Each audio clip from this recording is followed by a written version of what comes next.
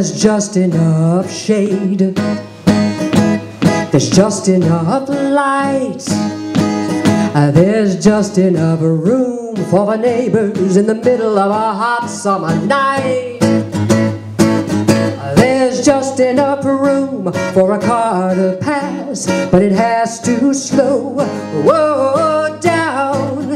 It's the perfect little street, the perfect little spot, the perfect little town. There's just enough them, there's just enough us, there's just enough. I got what I need, you got what you need, so don't fuss. There's just enough knots in my backyard, so it has to slow down. It's the perfect little street, the perfect little spot, the perfect little town. The Seaside Prize has been given, I think, for almost 20 years now to people who have written about the city or who have contributed as planners, architects, town builders, politicians, and urban leaders toward the making of community. Before I put the ribbon around Dhiru's neck and give him the key to Seaside, I should point out that 15 years ago, Dhiru organized the design, he did the design, and then had a bunch of these keys made for the Seaside Prize in India, where India is the only place where you could have such a beautiful piece of casting done for something that even the Seaside Institute could afford to pay for. Thank you so much. Thank you.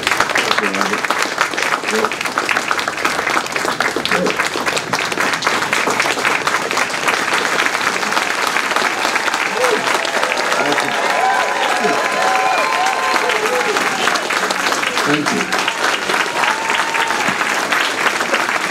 There's a lot of important work for architects and planners all across the world, globally, to do. And the first one is this dire need of housing in the world currently today. Out of the 6 billion people that live in the world, close to 2 billion, 2.5 billion do not have adequate housing or running water of any kind. And that's a really big issue. So we can debate about all these little things, you know, with the towers here or there, but they're bigger issues that we really need to be dealing with. And the profession is doing itself a real disservice not addressing this. And Andres made the comment that, you know, we can't win this battle, but I think, you know, of all people, Andres could win the battle if he put his mind to it, because these are issues that we all need to be thinking about and not worrying about the little minutiae, but there are some really serious issues. So the World Bank said we need 2 billion units by 3 billion units by 2050.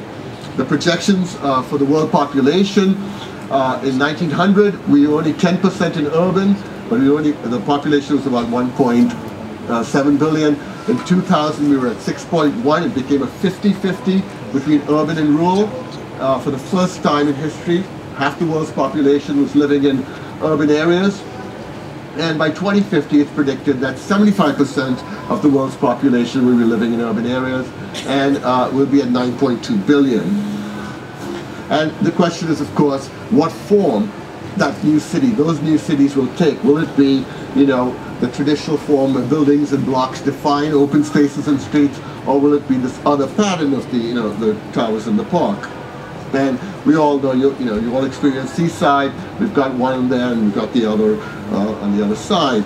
And, you know, I did this about a year ago, trying to understand the different forms, the traditional city, the tower in the park, and then these other hybrids that have come into play. The Vancouver model of building the tower mid-block and wrapping it with low-rise buildings so that you still got a low scale on the street, but the tower was there for higher density. The Dubai model, where you bring the tall buildings right up to the street and you just make the street super wide so that, you know, and then the fifth model, which is you build a big podium, put parking in it, and then put these objects on top, like La de France and a couple of places, and you have this vast plaza of nothingness with these sculptural objects, you know, floating around.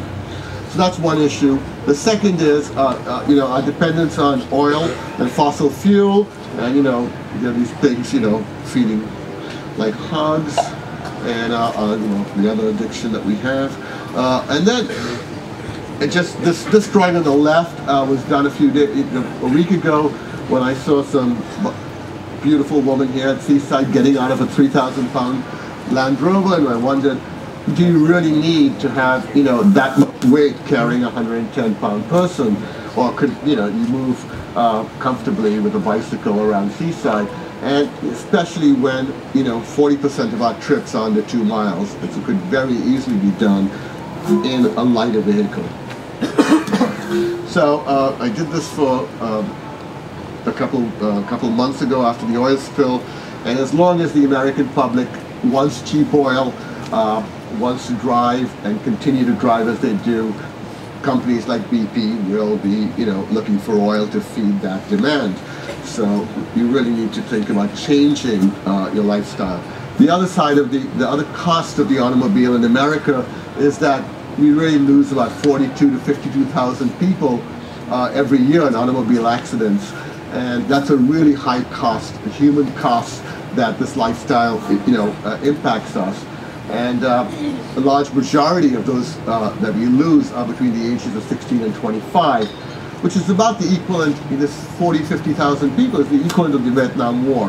How many people we lost in 16 years in the Vietnam War. So, you know, think about it. We should be building one memorial every year for the number of people we lose in automobile accidents every year. And that's bad enough, but then there are about 3 million more people who are injured in automobile accidents every year. So that's even a higher cost. Those people survive, but with some level of injury. So it's a tremendous cost, human cost, that this automobile lifestyle, you know. Now on the other hand, our cars love it, because as Donald Soup said, our cars, every car in America, first of all, there's 118% cars to drivers.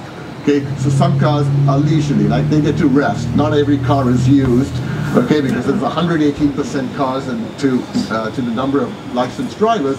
But every car in America has 7 parking spaces. And imagine, you know, if you could be so lucky to have 7 locations that you could hang out at, you know, and these are, you know, 350 square feet per car of asphalt hard space.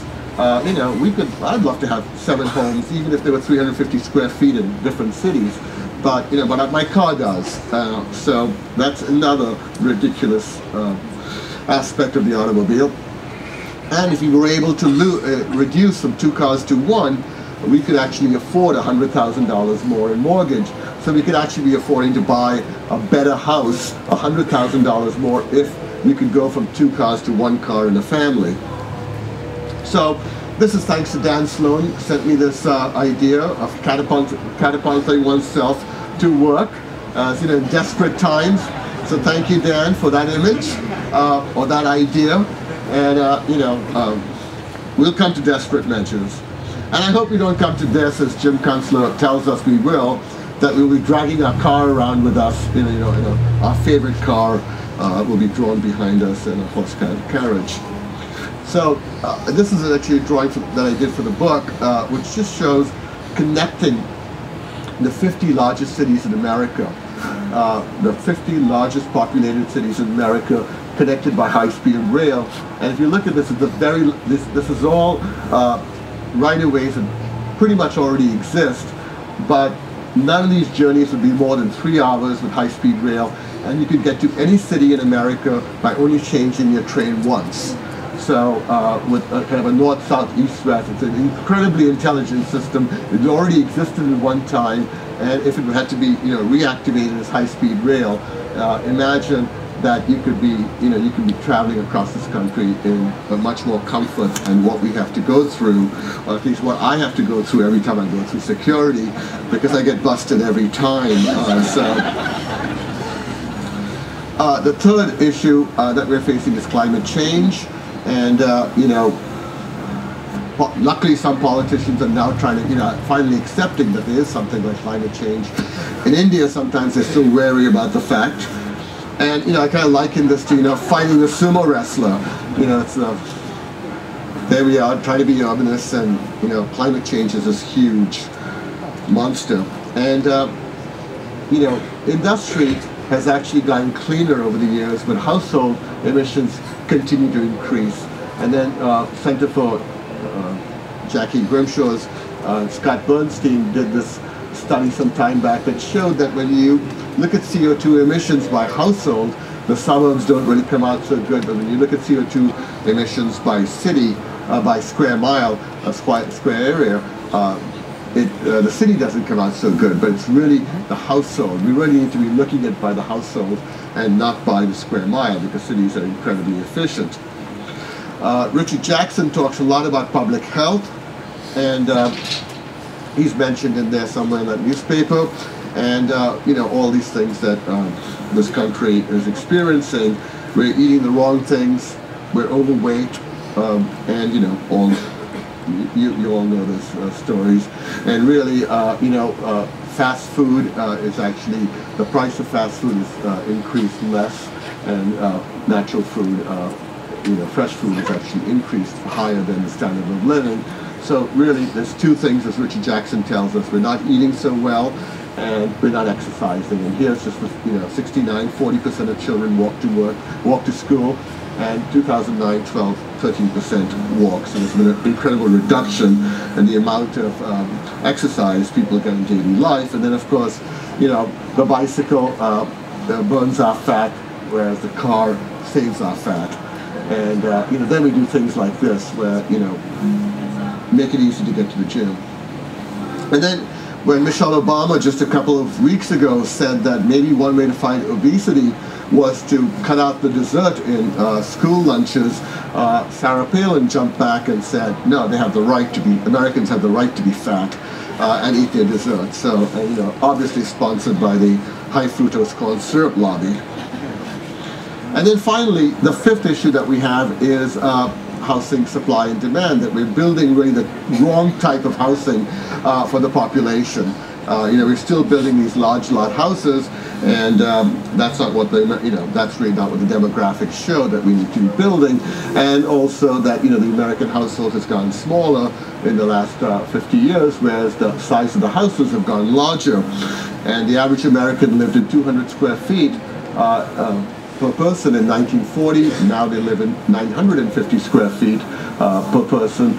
And so even though the houses have gotten more efficient since the 70s, the square footage has increased, and really negates any efficiency in materials and heat pumps and any of those things. All that goes out the door because the houses have actually gotten so much bigger. So it's still, the household emissions still increase despite the efficiency in materials. And then, you know, this, when you buy a house in the suburbs, you know, lifestyle's included, you have no choice. And on the issue of affordable housing, you know, it's getting thinner and thinner, like these really thin slices, you know, no one can afford it anymore. So it's time for a change, and, you know, we've all been waiting for change. It's coming slowly, and hence, architects like myself have plenty of time to make these cartoons. You know, lots of time on your hands. And my plug for the organization, the Congress for New Urbanism, it really is the organization that has been dealing with these issues from the very start. And it really is, you know, the prescriptive solution to all these crises. All these 5 crises are related in some way to urban form and can actually be resolved to some extent through the way we build the urban form. And if you missed Atlanta, which this drawing was done for, the refill is that you can come to Madison and support the Congress for New Urbanism. So if you haven't made your plans, please plan to come in May, in June, end of May, June. So anyway, and Seaside was ground zero, and I have Steve Mouzan to thank for the idea that Seaside is ground zero, and this is where it all started, right here in Seaside, the first kind of experiment that led to the movement. So I did this, and Darryl, I will get you in the drawing. I didn't have a good picture of you to take, so, and I didn't want to fake it, so, and there's Willie. So where's Willie? He's there. looking up in amazement, since he's been here for the last 35 years, Willie and Leah. There he is, guys saying, what is happening here? Why are they doing this? Okay, and then of course, you know, we have my dear friend, you know, who came to us with these ideas in 1980 and convinced us, you know, and quite frankly, you know, you know, and this was this brilliant code, the first form-based code. And it was really that simple, and it really adheres to that Leon Crea idea of the public realm and defining spaces or allocating spaces for civic buildings and civic spaces that was embedded in, you know, in that plan, and then the public realm. And so I drank the Kool-Aid. I took the oath back then, and you know, have kind of stuck with it ever since. I hope this kind of empowers the design profession to, you know, the ability to design again as opposed to be afraid of designing, and that we reclaim the egg that truly is, you know, our right as architects. Stop there. Thank you very much for indulging me, and I hope you're not too cold.